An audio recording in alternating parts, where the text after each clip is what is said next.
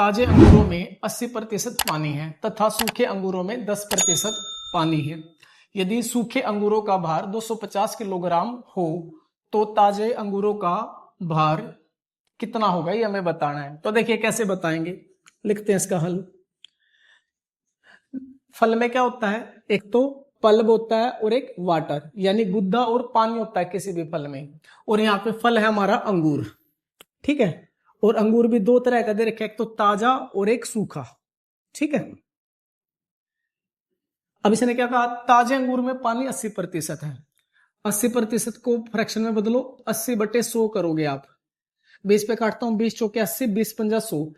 यानी ताजे अंगूर का कुल भार 5 है तो उसमें 4 पानी है, यानी 4 पानी है। तो पल्ब कितना है, 1। इसी प्रकार जो सूखा फल है उसमें 10% पानी है, 10% का फ्रैक्शन 1/10, यानी सूखे का कुल भार 10 है तो उसमें 1 पानी है, 1 पानी है तो पल्ब कितना है, 9 है, ठीक है।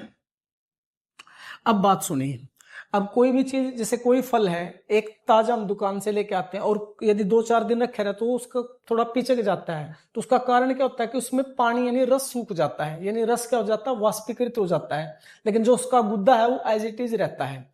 तो इसी प्रकार अंगूर में भी क्या हुआ होगा कि जब ताजे लेकर आए तब 80% पानी था, लेकिन कुछ समय के बाद वो सूख गया, सूखने के बाद उसमें पानी 10% रह गया, यानी पानी घटा है। लेकिन गुद्दा उसमें एज इट इज रहेगा, गुद्दे पे कोई प्रभाव नहीं पड़ेगा। तो ताजे में यहाँ गुद्दा 1 था और यहाँ 9 है, लेकिन ये तो क्या होना चाहिए, सेम होना चाहिए। तो इसे हम क्या करेंगे, सेम करेंगे, क्योंकि पानी तो सूखा है, फर्क पानी पे पड़ना चाहिए, ठीक है। तो इसको बराबर करने के लिए यहाँ 9 है तो यहाँ 9 करना है, तो हमें 9 से गुना करनी होगी दोनों साइड, ठीक है। अब यहाँ पे भी 9 एकम 9, ये 9 बन चुका है और यहाँ पे 36 पानी रहा होगा ताजे में, ऐसा कह सकते हैं, ठीक है। अब गुद्दा सेम हो गया। अब सेम होने के बाद इन्होंने एक हिंट कंडीशन दी है कि यदि सूखे अंगूरों का भार 250 किलोग्राम है तो सूखे अंगूर ये रहा, सूखे में क्या है, 9 पल्ब है और 1 पानी है, और तो दोनों को मिलाएंगे तो कुल भार बनेगा, तो 9 और 1 10, यानी कुल भार क्या सूखे का 10 है। लेकिन ये क्या कह रहा है, सूखे अंगूरों का भार कितना है, 250 किलोग्राम है, ठीक है। तो एक का भार क्या होगा, यानी ये तो 10 यूनिट की वैल्यू है, तो 1 यूनिट की वैल्यू 250/10 किलोग्राम हो जाएगी, ठीक है।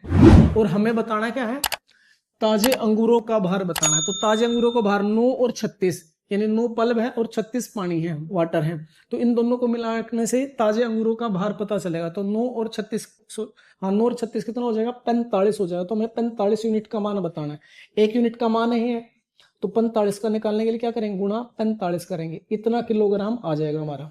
तो जो कटता है काट दो, 0 से 0, 25 की और 45 की गुणा करनी है, तो 25 की 5 से करो, 25 पंजा 125, हासिल 12, 25 चौका 100 और 12 112।